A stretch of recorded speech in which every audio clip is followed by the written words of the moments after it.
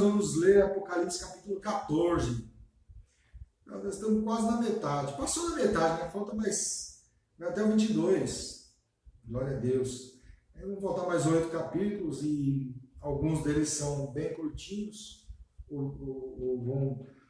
Vai dar para a gente bater 2 numa live. Então logo a gente está terminando. Para alguns é um sofrimento. Para mim, nossa, eu gosto. O pastor José, eu sei que ele gosta também do manto, dos ensinamentos. Esse capítulo 14, ele é mais um capítulo polêmico. O que o Apocalipse tem?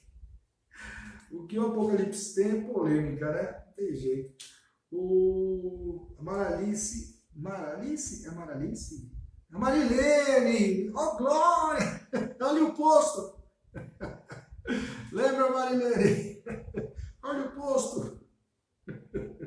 Que bênção, Marilene! Deus abençoe sua vida! Em nome de Jesus! Está subindo, nunca mais a gente se viu, né? Nós vamos se ver lá na glória bastante tempo. Glória a Deus. Então, só para deixar um recado, nós temos o culto na quinta-feira às 20 horas. Vai vir um pastor lá da Bahia, um baiano pregar nessa quinta-feira. E às 20 horas e no domingo às 19 horas. Glória a Deus. Aleluias. Vamos para o que viemos. Capítulo 14, vamos deixar aqui a meditação, versículo 13. Depois a gente vai voltar nele, mas Apocalipse capítulo 14, versículo 13 diz assim: Eu ouvi uma voz do céu que me dizia: escreve, bem-aventurados os mortos que desde agora morrem no Senhor. Sim, diz o Espírito Santo de Deus, né? Para que descansem dos seus trabalhos e as suas obras os sigam. Então, o que mais me chama a atenção nessa questão de descansar no Senhor, a palavra de Deus diz aqui, antes deixa eu fazer um comentário em cima desse versículo 13. Bem-aventurados os mortos que desde agora morrem no Senhor. Esses mortos, a gente tem que lembrar que na Bíblia tem 2 tipos de mortos. Amém? Uma morte é aquela em Adão, que é a morte do pecado. E essa mesma morte de Adão, ela vai se repetir no juízo, para quem for condenado para o inferno. Quando diz assim, esta é a segunda morte. Essa é a morte que Deus, entre aspas, tá? Não poderia ressuscitar com um decreto. Eu quero que tome vida e acabou. Isso é escolha. E existe a morte que nós conhecemos. Inclusive, nós perdemos um primo aí no domingo, dia 4. Ele numa comemoração, voltando para casa, à tarde, capotou o carro, caiu na ribanceira e veio a falecer. Que Deus tenha misericórdia da família e venha consolar os corações em nome de Jesus. E essa morte, a qual eu acabei de me referir, para nós é morte, mas para Deus é o sono. Não foi a pastora. Eu li agora Marcos, capítulo 5 ou 6. A Talita Cumi, que quer dizer, menina, levante e ande. Quando a filha de Jairo estava morta, lembra? Falaram para Jairo assim, Jairo, a sua filha está morta, não incomode mais o mestre. Daí Jesus falou assim, ela não está morta, ela dorme. Quando falaram que Lázaro estava morto, Jesus falou, ele não está morto, ele dorme. Daí perguntaram para ele dorme, mestre? Daí ele fala, essa morte é para a glória do nome de Deus. Então, se você for um leitor da Bíblia, você tem que ter esse foco. Se você não tiver esse foco, muitas vezes você vai se perder, porque muitas vezes você vai depender desse discernimento para saber o que é morte. Amém? Tem hora que é a morte eterna, tem hora que é a morte do sono, que Deus pode ressuscitar. Deus ressuscitou o filho da viúva de Naim, ressuscitou Lázaro, ressuscitou Talita, a filha de Jairo. Paulo ressuscitou aquele monstro que caiu da janela, Eliseu ressuscitou morto, Elias ressuscitou morto e por aí vai. Essa morte nós vamos entender como um descanso. Fica muito mais claro lá em Lucas capítulo 16, quando Jesus conta a parábola do rico e do Lázaro. O rico viveu tudo do bom e do melhor aqui e não quis saber de Deus. Quando ele morreu, ele ficou sofrendo lá no inferno, queimando. E Lázaro, ele padeceu, foi humilhado, sofreu aqui. Quando ele morreu, ele estava descansando no seio de Abraão. Esse descansando no seio de Abraão, que aconteceu com Lázaro, na parábola do rico e do Lázaro, esse descansando é esse mesmo descansando do capítulo 13, do versículo 14. Bem-aventurados os mortos que desde agora morrem no Senhor, sim, diz o Espírito, para que descansem dos seus trabalhos e as suas obras o sigam. Mas o que mais nós costumamos dizer e ouvir, né, que Deus se alegra quando um justo vai para a glória, né? Por quê? Eu estou vivo, não vou falar de mim. Quantos nós vimos que frequentaram a casa de Deus, eram no caminho do Senhor e se perderam? Sabe qual é a diferença? A diferença é que o camarada que morre no Senhor, ele não vai se perder mais. Consegue fazer essa diferenciação? Por que Deus fala bem-aventurados que morrem no Senhor? Porque essa alma o demônio já perdeu, já está lá na glória. Amém? Agora vamos para o versículo 1. Esse capítulo 14, ele é o seguinte. Ele é difícil em que sentido? Em que contexto ele é difícil?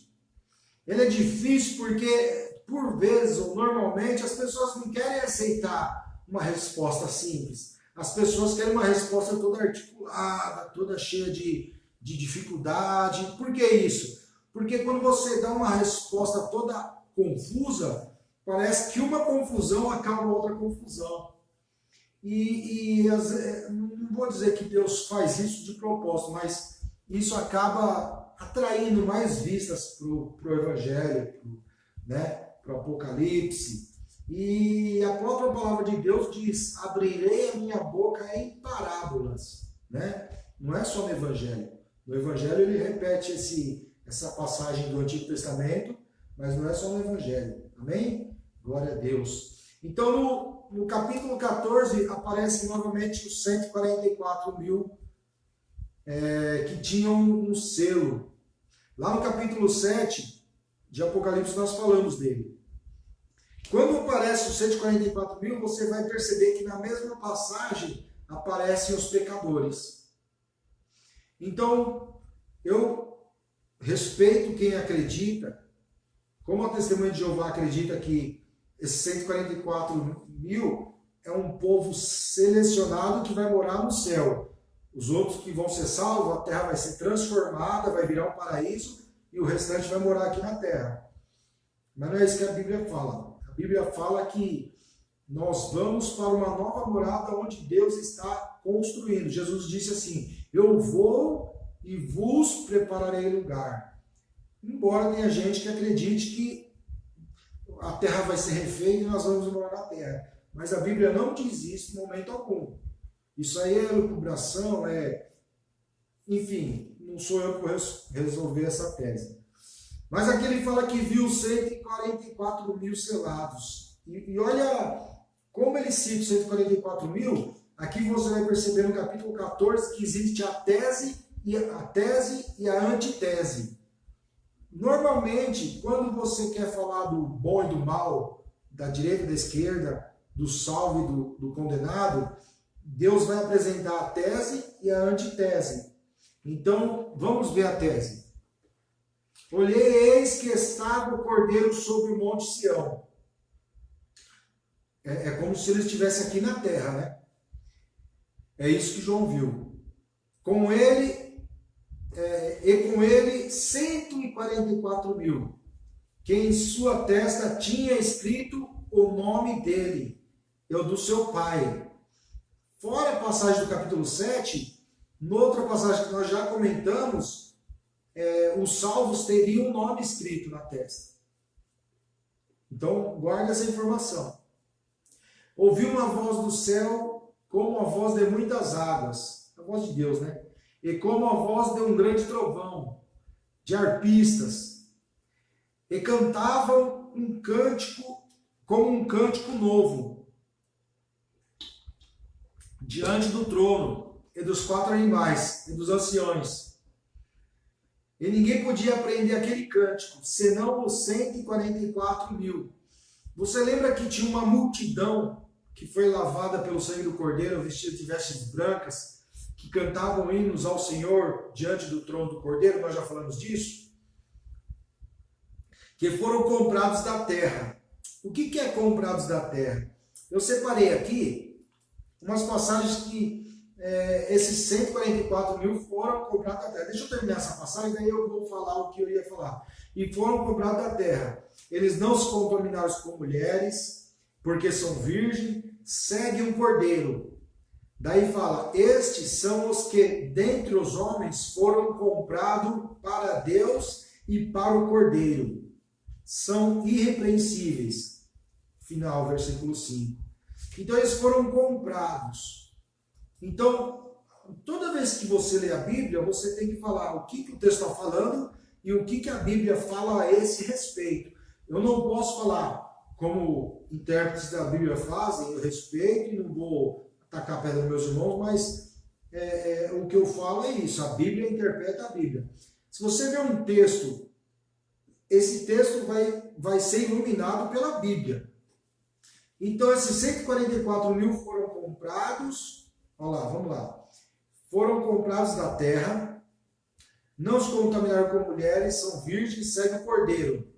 Estes são os que dentre os homens foram comprados para o cordeiro, e para Deus e para o cordeiro. Porque estes são os que dentre os homens foram comprados. Esses são salvos. Olha aqui, ó. 1 Coríntios capítulo 6. Oi, tia, boa noite. Agora que eu vi.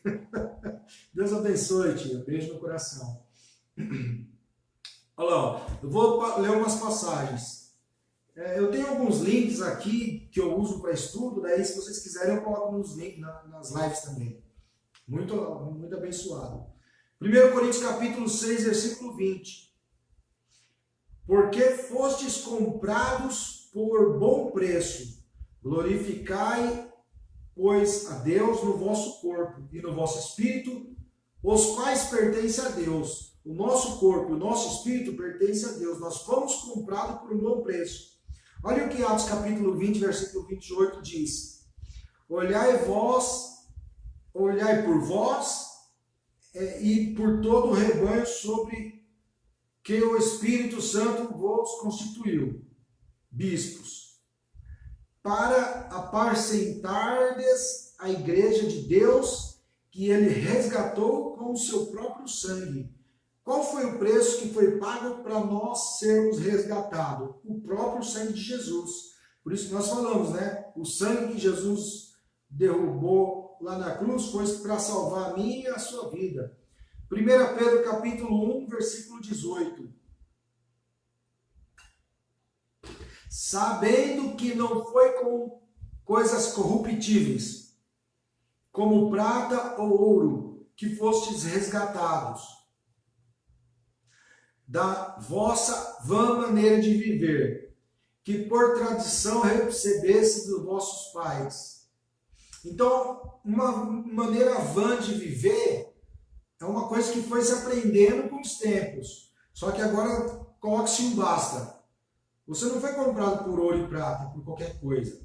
Como foi dito lá em cima, resgatado pelo sangue do Cordeiro. Por último, Hebreus capítulo 9, versículo 12. Nem por sangue de bodes e de bezerros, mas por seu próprio sangue. Jesus entrou uma vez no santuário, havendo efetuado uma eterna redenção. Glória a Deus, aleluia. Então nós fomos comprados para Deus e para o Cordeiro, com o sangue de Jesus na cruz. isso é um símbolo que está dizendo o quê? Jesus morreu na cruz, derramou o seu sangue. Daí ele fala assim, ó, esses 144 mil foram comprados da terra entre os homens. Por que eles foram comprados entre os homens?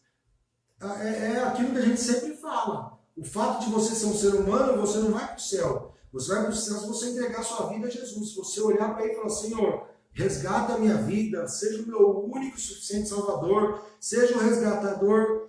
Olha quem está aqui, o Alcioli, meu. Está aí, Alcioli, Deus abençoe, olha só que bênção, glória a Deus, meu irmão. Muito feliz, glória a Deus.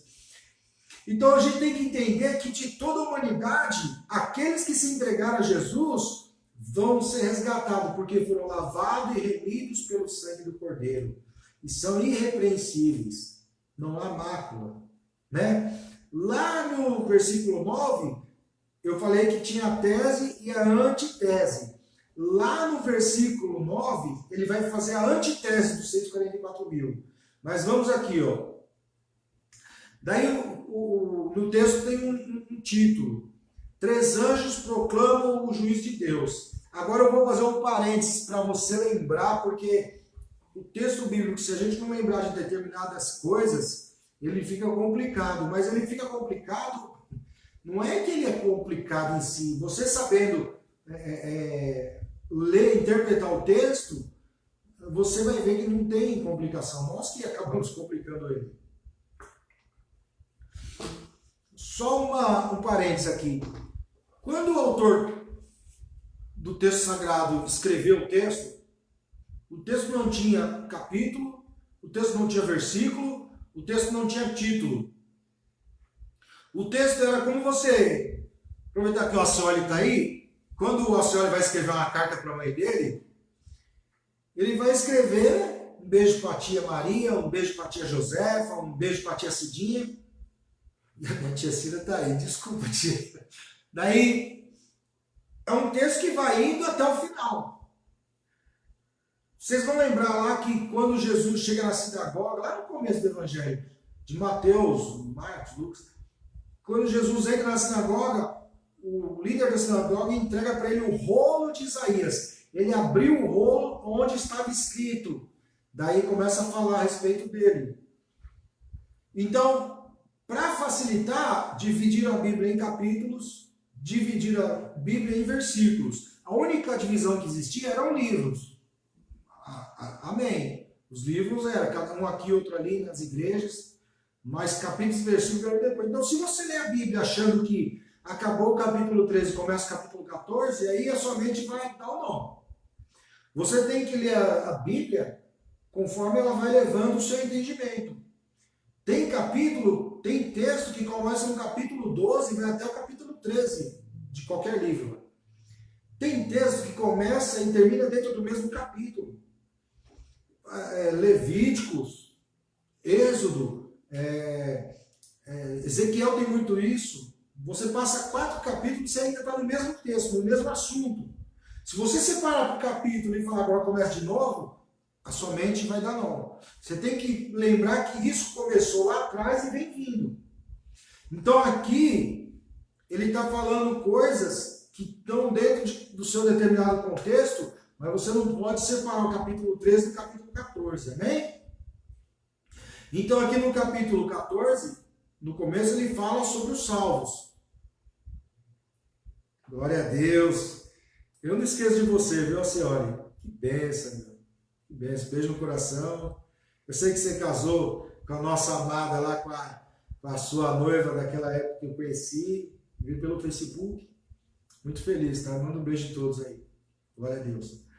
Então agora o capítulo 14, ele vai mostrar um outro contexto. Se você tem que entender assim, é um outro contexto dentro do mesmo texto, amém? Nós vimos o Cordeiro e os 144 mil, que são salvos, representam os salvos. Se você fizer uma análise dentro da Bíblia, não tem outra saída. Pode imaginar que seja o que quiser, mas são salvos. Versículo 3 diante. 3 anjos proclamam o juízo de Deus. Olha aqui esse trecho que está entre as duas partes para você entender. E vi outro anjo voar pelo meio do céu. Então você tem que lembrar que o Apocalipse é drástico, é dramático. Toda vez que vai vir uma mensagem, ele vê um negócio espetacular. Agora os anjos vão começar a passar no céu, ele vê um anjo falando, o outro falando. E ouvi outro anjo voar pelo meio do céu. E tinha o evangelho eterno. O que é o evangelho eterno? É a palavra da salvação. É o mesmo livrinho que João comeu. Só que está falando de outra forma. É aquilo que eu e você temos que viver na nossa vida cristã. O que nós temos que viver na nossa vida cristã?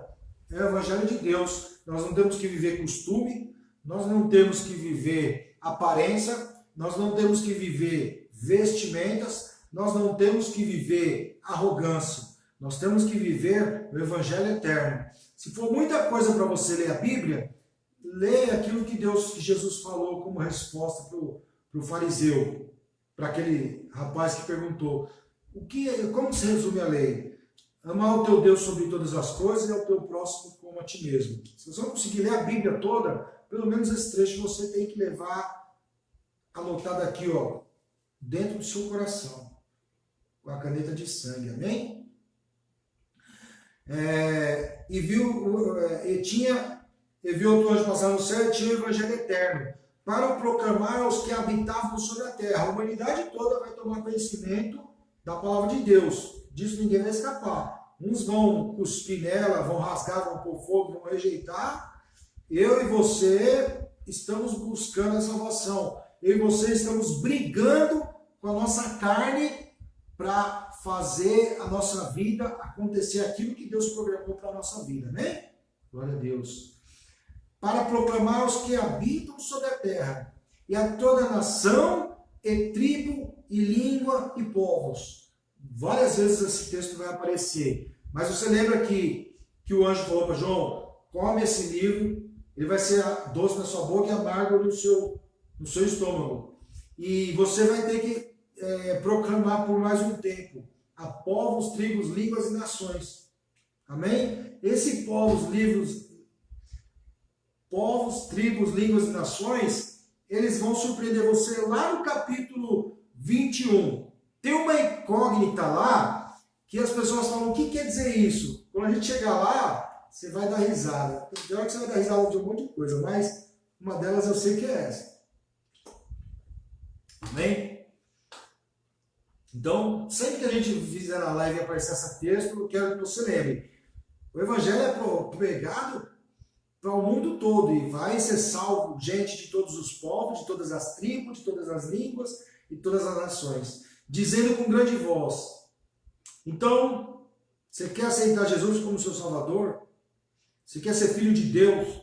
Quer receber Deus na sua vida? Quer que Ele mude a tua história? Quer que Ele faz de você um vaso novo? O que seria um vaso?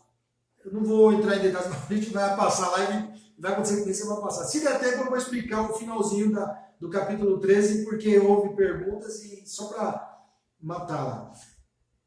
Então, você vai ser um vaso de honra.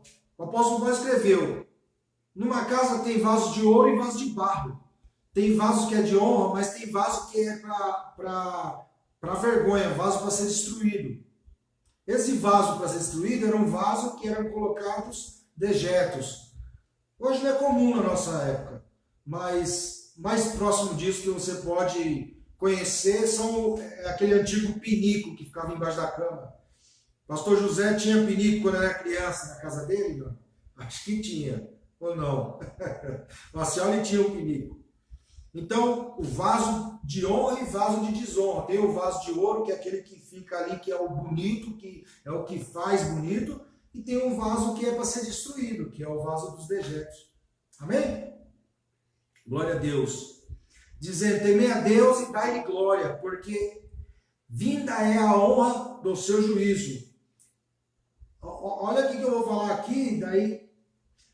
É adorar aquele que fez o céu e a terra, e o mar, e as fontes das águas. Daí, antes de ir para o 8, eu vou falar esse 7, esse 6 e esse 7. Se você entender que esse fato do anjo falando essas coisas está lá no fim do mundo, você vai ter que entender que lá no fim do mundo, quando Jesus tiver arrebatado sua igreja, não sei como você vai pensar, vai ser proclamado o evangelho de novo. Haverá pregação de novo, haverá batismo de novo, haverá igreja de novo, o Espírito Santo vai continuar aqui. Essa passagem é uma passagem que está no tempo da igreja na terra. Crucificação de Jesus, arrebatamento da igreja. Esse texto, versículos 6 e 7, é para todo esse período. Amém? Eu não sei, eu acho que não é difícil isso. Mas é isso que os dois anjos estão falando. É isso que eles estão proclamando. O evangelho vai ser proclamado. E qual é o segredo do evangelho? Qual que é o sentido do evangelho? Adorar é aquele que fez o céu, a terra e o mar e as fontes das águas. Eu acho que ficou claro. Agora o versículo 8. Olha que sacada. Essa sacada só pode ser de um mestre. Porque quando Deus fala isso aqui, ele já te dá a resposta. Lá no começo você tem os 144 mil. Aqui nesse intervalo você tem o anjo proclamando o evangelho e o outro anjo falando que nós temos que temer a Deus. Olha o que o terceiro anjo fala. O outro anjo seguiu dizendo, caiu a Babilônia, aquela grande cidade que a todas as nações deu a beber do vinho da ira da sua prostituição. Próximo capítulo, capítulo 15 e 16, vai falar sobre a Babilônia. Para você entender Babilônia, lá na carta de Pedro, oi Britão, Deus abençoe Britão, um beijo no coração. Dona Carolina está aqui também, beijo, Deus abençoe, glória a Deus. Ah, pastor José respondeu. Vocês lembram que eu perguntei se tinha o perigo? É brincadeira, pastor, perdão. Eu falei e me arrependi, mas o senhor entrou na brincadeira. Beijo no coração, meu pastor. Glória a Deus pela sua vida. E o outro anjo seguiu dizendo, caiu a Babilônia, aquela grande cidade que a todas as nações deu a beber do vinho da ira da sua prostituição. Então vamos lá. Você tem lá no Antigo Testamento a Babilônia. Cativeiro, o segundo cativeiro do povo de Israel. O primeiro cativeiro na Síria, o povo sumiu, apagou. O segundo cativeiro que foi do rei Nabucodonosor, o povo foi cativo para a Babilônia, mas voltou para Israel. Uma parte voltou, né? Só os escolhidos. Aqueles que se debandaram ficaram para lá. Só voltou aqueles que temiam o Senhor, que queriam pôr em andamento a obra de Deus. Amém? Glória a Deus. Agora, Pedro, ele vem tocar no assunto da Babilônia de novo aqui nas cartas dele. Ele fala assim, os irmãos da Babilônia vos saúdam. Antigamente eu tinha certeza que ele estava na Babilônia. Só que a imensa, é quase unanimidade. Não vou falar que é unanimidade, mas é quase unanimidade. Dizem que quando Pedro fala, os irmãos da Babilônia vos saúdam, está lá nas cartas de Pedro. Os irmãos da Babilônia vos saúdam. Ele está usando a palavra Babilônia como uma forma de dizer, como uma forma de se expressar. O entendimento quase unânime da igreja é que quando ele fala os irmãos da Babilônia vos saúdam, ele está exatamente falando ele está em Roma. E quando ele fala os irmãos da Babilônia vos saúdam, ele está falando dos irmãos aqui na igreja de Roma vos saúdam. Mas eu tenho uma pulga atrás da orelha com esse texto. Para mim não é certeza que ele estava em Roma. Eu tenho dúvida se quando ele fala os irmãos da Babilônia vos saúdam, ele estava em Roma ou estava na Babilônia. Mas eu não vou discutir, não vou criar polêmica. E se 99,999% dos leitores da Bíblia acreditam que quando ele se refere a Babilônia, ele está querendo se referir a Roma, porque a Roma era o pecado a céu aberto. Então eu não vou discutir, mas eu tenho meus quês aqui. Amém? Vai ser para uma sala de aula. Tá bom, pastor José? Numa sala de aula a gente conversa lá com os irmãos, lá dentro da igreja. Aqui no Apocalipse, o que é caiu a Babilônia? Então, Deus falou dos salvos, Deus falou do Evangelho eterno, que é a nossa bússola, a Bíblia é a nossa bússola, a Bíblia é a nossa receita médica. Você quer tomar o remédio certo para viver? A receita está lá na Bíblia. Amém? Glória a Deus. Então, daí ele falou dessas duas coisas. O que ele está falando aqui? Então, Babilônia aqui não é um lugar. Babilônia aqui é um símbolo. Babilônia, eles usam a prostituição da Babilônia para se referir a Babilônia aqui. Então, agora, eu quero te dar esses dois exemplos. E aí você vai entender. Como que a igreja do Senhor é conhecida na Bíblia? Assembleia, Congregação dos Santos, mas a igreja do Senhor também é conhecida como a noiva do Cordeiro. Lembra que eu falei da tese e da antitese? Se você tem a noiva do Cordeiro, você tem a prostituta. Você vai ver a prostituta no capítulo 15. Semana que vem a gente vai falar disso aí. Então você tem a noiva do Cordeiro e você tem a prostituta. Quem é a prostituta? É o mundo. A noiva são os salvos. A prostituta são os que vão ser jogados no inferno. Aqueles que não receberam Jesus na sua vida. Aqueles que não aceitaram Jesus como seu Deus. Você tem a tese e a antitese. Você tem a noiva e a prostituta. E a Babilônia? A Jerusalém formosa, adornada, é um símbolo da igreja também. A Santa Jerusalém. A tese e a antitese. Você tem a Jerusalém. Qual que é a antitese da Jerusalém? É a Babilônia. Então você tem a cidade santa de Deus e você tem a cidade que vai ser destruída. Por exemplo, Sodoma e Gomorra. Então, Babilônia aqui não é um lugar, representa o mundo que vai ser destruído, as pessoas do mundo, né? Que vão ser destruídas, aquelas que não se renderam ao Senhor. Lembra aqui em cima, ó, eles eram virgem e não se contaminaram com mulher. O contrário disso, qual que é?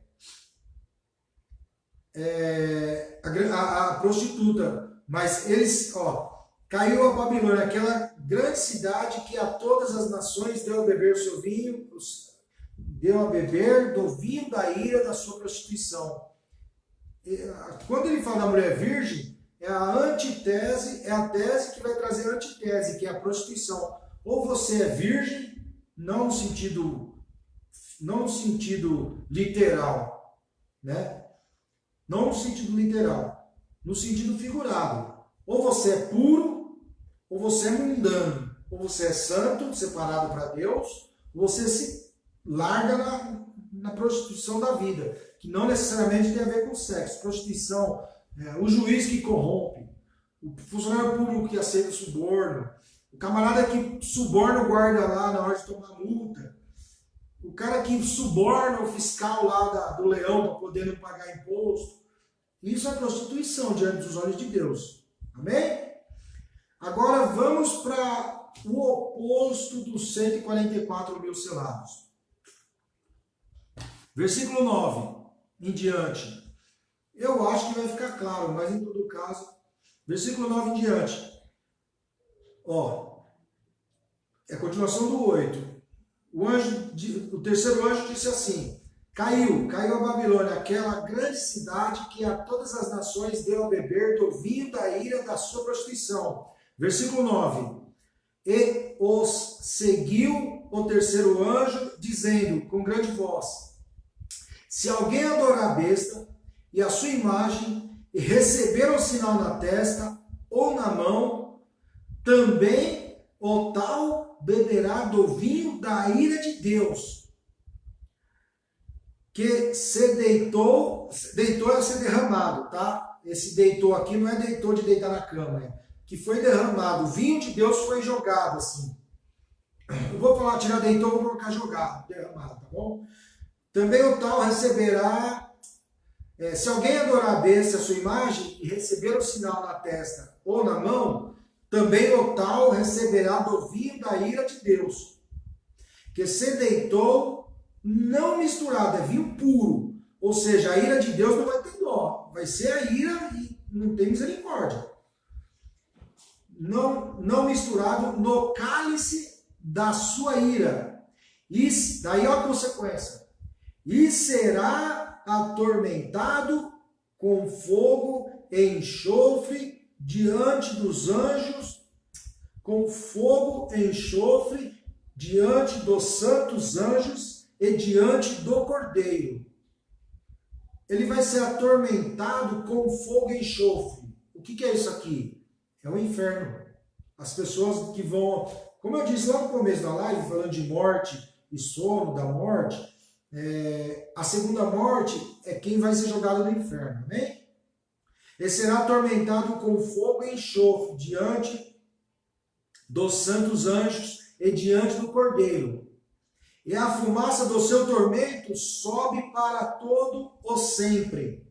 E não tem repouso, nem de dia, nem de noite. Lembra que eu contei no começo? Coincidiu aqui, né? É aquelas coisas que Deus faz na revelação dele. Eu falei do rico e do Lázaro, que o rico, ele foi abonado, viveu do bom e do melhor aqui, ele representa uma pessoa do mundo que é condenada. Daí ele foi para o inferno e ele falava que ele estava sofrendo. Já o Lázaro, ele estava descansando no seio de Abraão. Não tem repouso, nem de dia, nem de noite. Os que adoram a besta, a sua imagem e aquele que recebe o sinal do seu nome. Amém? Aqui está a paciência dos santos. Aqui estão os que guardam os mandamentos de Deus e a fé em Jesus. E ouvir, daí é isso que ele está falando, a paciência dos santos e guarda os mandamentos de Deus e de Jesus. Lembra que o segundo anjo falou do mandamento de temer a Deus? E ouvi uma voz do céu que me dizia, escreve, bem-aventurados os mortos que desde agora morrem no Senhor. Sim, diz o Espírito, para que descansem dos seus trabalhos e as suas obras os sigam. Então eu quero que você entenda, resumindo o que nós lemos até agora. Lá no início eles mostram os salvos. Lembra que eles têm o nome de Deus escrito na testa? Em outras palavras, vamos dizer assim, ele tem o sinal do meu Deus. Esse sinal do meu Deus é a tese. O sinal da besta é a antitese. Entendeu ou não? Deus mostra uma coisa de Deus e mostra qual é o contrário, que é uma coisa de Satanás. Então, quando Deus coloca os três anjos para falar aqui, ele está falando, você tem escolha. Ou você escolhe o que é de Deus, ou você escolhe o que é de Satanás. O texto todo, do versículo 1 até aqui embaixo, no versículo 13, ele está falando assim, você tem duas escolhas, o céu ou o inferno. Para você ir para o céu, o anjo proclama o evangelho, e o outro anjo fala, temei a Deus. Amém? E o terceiro anjo fala, aqueles que se misturaram, a Babilônia vai ser destruída, ele fala. Amém? Glória a Deus. É uma outra parte, mas está falando do mesmo texto, agora capítulo 14. Eu não vou me demorar muito, mas eu vou tentar falar. Eu acho que não vai dar para a gente voltar para o final do capítulo passado, amém? Glória a Deus. A ceifa e a vindima. Olha, as duas faces também, do bem e do mal, do acontecimento maravilhoso, grandioso, que é a salvação, e do acontecimento terrível, que é o julgamento, que vai mandar o povo para o inferno. Eu olhei e eis uma nuvem branca, e sentado sobre a nuvem, um semelhante ao Filho do Homem. Semelhante ao Filho do Homem, quer dizer, ele viu Jesus, né? É mais uma teofania de Deus. Eu falei o que era teofania. É uma transfiguração de Deus, uma transformação de Deus, uma forma de Deus se apresentar. No caso de Jesus. Semelhante ao Filho do Homem, que tinha sobre a cabeça uma coroa de ouro, e na mão uma foice aguda. 15. E outro anjo saiu do templo, clamando com grande voz. Esse templo é aquele templo que está lá no céu, onde Deus está habitando. Está cheio da glória de Deus. Nós já lemos isso. E outro anjo saiu do templo, clamando com grande voz ao que estava sentado sobre a nuvem: lança a sua foice e cega. É já vinda a hora de cegar, porque já a seara da terra está madura. O que é essa? Cegar é colheita, tá? Para quem é acostumado com o interior, com roça, sabe que eu vou cegar, eu vou fazer a colheita. Você cega a cana, cega o milho, cega o trigo. É a colheita. É aquela colheita que você corta a plantação e recolhe, tá? É isso. Então, o anjo que está na nuvem, Jesus, ele vai passar a foice na terra e vai cegar, vai fazer a colheita. Então, vamos lá. Lá no Evangelho você tem uma parábola que explica muito bem isso. Um fazendeiro plantou o melhor trigo. Daí a palavra de Deus fala nessa parábola que na madrugada o inimigo veio e plantou umas sementes de joio. Pela manhã, os servos daquele senhor viram que cresceu, na verdade, na sequência fala que cresceu o joio junto com o trigo. Daí quando os servos daquele senhor veem aquela plantação, eles veem que tem joio e trigo misturado. Só que os dois são muito parecidos. Quando eles são brotinho ainda, você vai arrancar um pensando que é o outro. Daí os servos daquele senhor falam assim: o senhor comprou o melhor trigo, mas tem joio misturado. O senhor não quer que a gente arranque o joio? Daí fala: não, para não acontecer que querendo arrancar o joio, você arranque também o trigo. Essa parábola ela tem muitas lições, mas a lição que vem ao caso aqui: esse senhor que plantou o trigo é Deus. Ele colocou Adão e Eva no paraíso. Veio Satanás e plantou o pecado. Agora o mundo tem o joio e tem o trigo. Tem a igreja do Senhor e tem a prostituta. Tem a Santa Jerusalém e tem a Babilônia. Enfim. Tem o joio e tem o trigo. Esses servos desse Senhor, esse Senhor é Deus, esses servos, eles representam os anjos. É uma forma de Deus falar que os anjos eles queriam fazer a separação. É como dizer que os anjos abominam o pecado e abominam os pecadores. Os anjos não têm a misericórdia que Deus tem. Eles são obedientes a Deus, é diferente. E aí Deus fala: não, quando crescer, você vai saber diferenciar o joio do trigo. Aí a gente vai e colhe. É isso que está falando aqui. Chegou a hora da colheita. Sabe onde a gente já estudou isso aqui no Apocalipse? Esse aqui é o arrebatamento da igreja.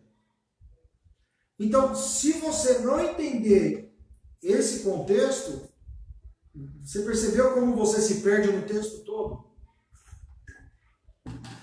Então, quando fala que Jesus vai lançar a foice na terra para fazer a cega, ele vai colher, ele vai arrebatar a igreja. Amém?